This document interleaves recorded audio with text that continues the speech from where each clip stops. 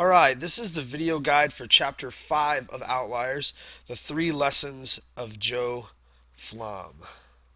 This is one of the longer chapters in Outliers, and we're going to try some different strategies on how we read this chapter. But before we get into that, let's look and see a little preview of what the chapter is about. Obviously, the chapter starts out about Joe Flom. This chapter talks about Joe Flom because he is a famous lawyer. And this chapter examines a little bit of Joe Flom's background and how he got to be as successful as he did. So it starts out by discussing his heritage. Gladwell's going to make a point that part of his success in law has to do with the fact that he was Jewish. It's an interesting argument that he makes about the time, place, and circumstance of Joe Flom's success. He's also going to point out when Joe Flom met his rise.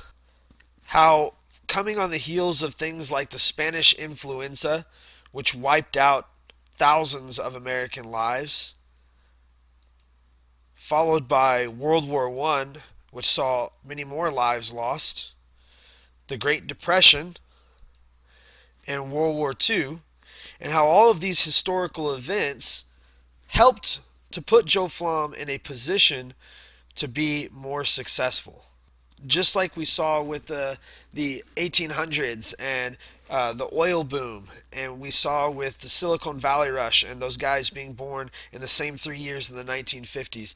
It matters the circumstances of when you were born. In addition to this, Gladwell also examines Joe Flom's parents' and grandparents' history, and how being in the garment industry in New York might have been a factor in why their grandson and their son ended up being successful in law. So we're going to do something a little different with this chapter. Because it's one of the longest chapters in the book, I thought this might be a good opportunity for us to practice a strategy that will be very useful to you perhaps in college. Okay, so in college there will absolutely be times where you have more reading to do than you have time to do it in. It's a reality of what you're going to face. So what can you do in that situation? Good readers and good students actually use lots of strategies, sometimes without even thinking about it, to help them get through these tough situations. I want to teach you and have us practice one such strategy that you can use in college.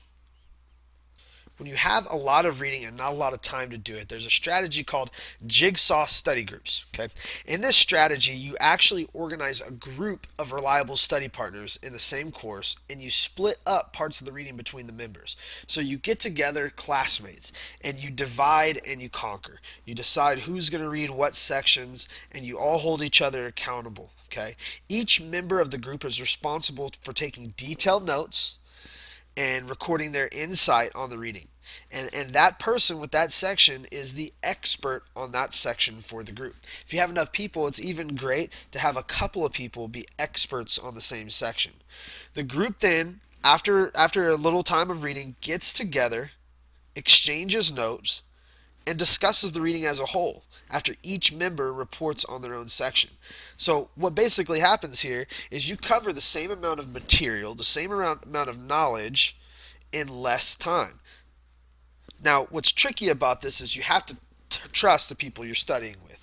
Obviously, if you have a hard time trusting people, this is going to be a hard strategy for you to do.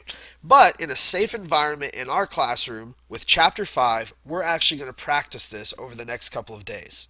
You and one or two other students are going to be assigned a section of Gladwell's Chapter 5, okay?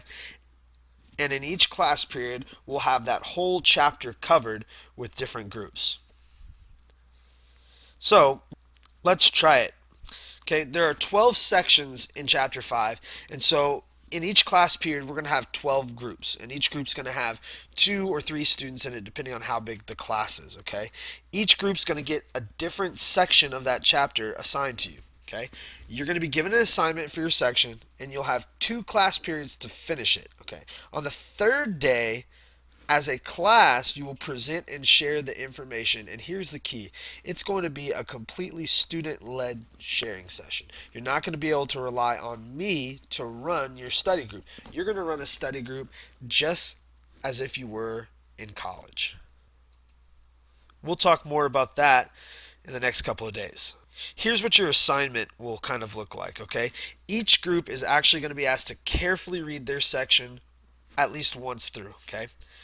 Your group's going to write a detailed summary of the section that captures the points Gladwell makes and the examples he gives. So you need to cover both the main idea, what's his argument in that section, but also offer us some of the examples that he gives to support his argument. Next, you're also going to look past just the summary, past just the main idea, and be able to explain the argument he's trying to make in the passage. And finally, each group member is going to, on their own, write one paragraph of a rhetorical analysis for a strategy that they find in the excerpt. So each group member needs to have a different strategy that they're analyzing. And I'm going to tell you that you're not allowed to do force teaming or rhetorical questions. We've done enough work with that you should be very confident in those. And I want you to challenge yourself by picking a strategy that maybe is a little unorthodox or different that you're not as familiar with. Okay, your paragraph needs to do all the things a good rhetorical analysis paragraph does. It needs to quote the example of the strategy and have a thorough, good, strong explanation. The last part of this assignment will be the presenting and sharing of information, okay? On the third day, as a class, you're going to collaborate and share the information. And like I said, this is going to be completely student led. Before we get to the third day, I'm going to have you guys choose one or two people for some different jobs. You're going to have to select as a class leader who's going to keep things moving, as well as a timekeeper to make sure you're on pace and you get to all the sections. And you're going to need a technology specialist, someone to work the technology that we have to share the strategies from your strategy log so everybody can fill out their strategy log as well. With their leadership, each group will also present their findings. And as they present, the other groups will need to record one strategy example from each section as well. Not only will we learn more about what Gladwell's argument about success is and get another great piece of evidence to help empower you on your own journey of being a success, but you're also going to get a really tangible practice at a college level strategy that you can use.